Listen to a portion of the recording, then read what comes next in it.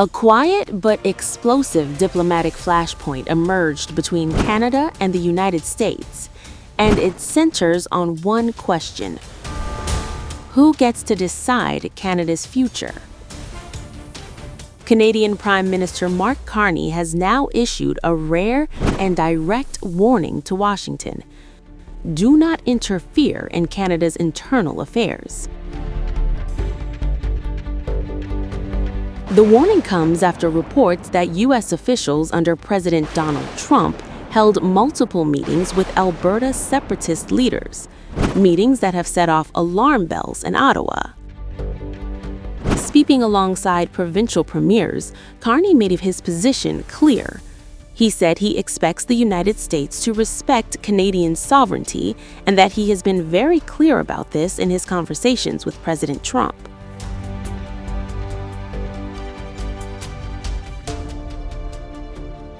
So, what is this movement at the center of the storm?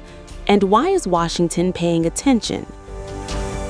The Alberta Independence Movement, often called Wexit, pushes for Alberta to break away from Canada and become an independent country.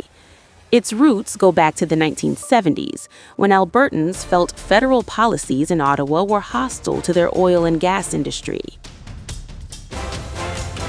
The movement resurfaced strongly around 2015, when oil prices collapsed, costs of living rose, and frustration grew over carbon taxes, pipeline blocks, and equalization payments.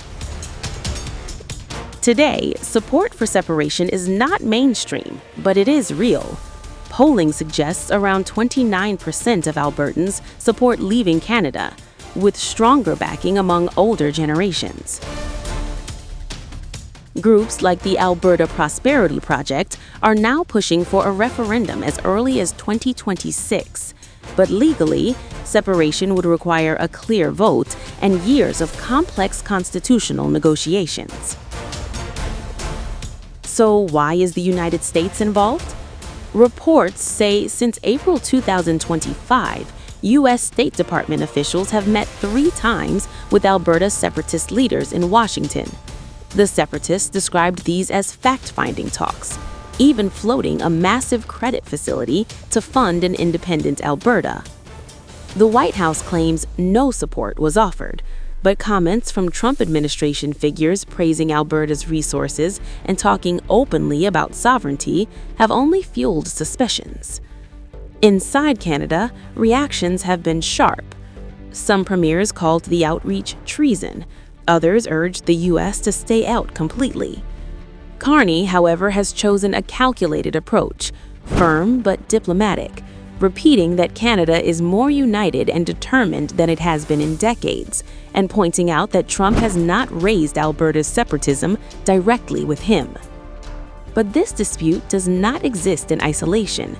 Tensions spiked after Carney's Davos speech at the World Economic Forum, where he criticized America First policies and warned of a breakdown in the global order, comments widely seen as a shot at Trump. Trump responded with tariff threats, diplomatic snubs, and public anger. Analysts call it classic Trump, retaliation for a perceived slight. Now, with trade, politics, and national unity all colliding, the question is no longer just about Alberta. It's about how far global power plays can go without crossing a sovereign line.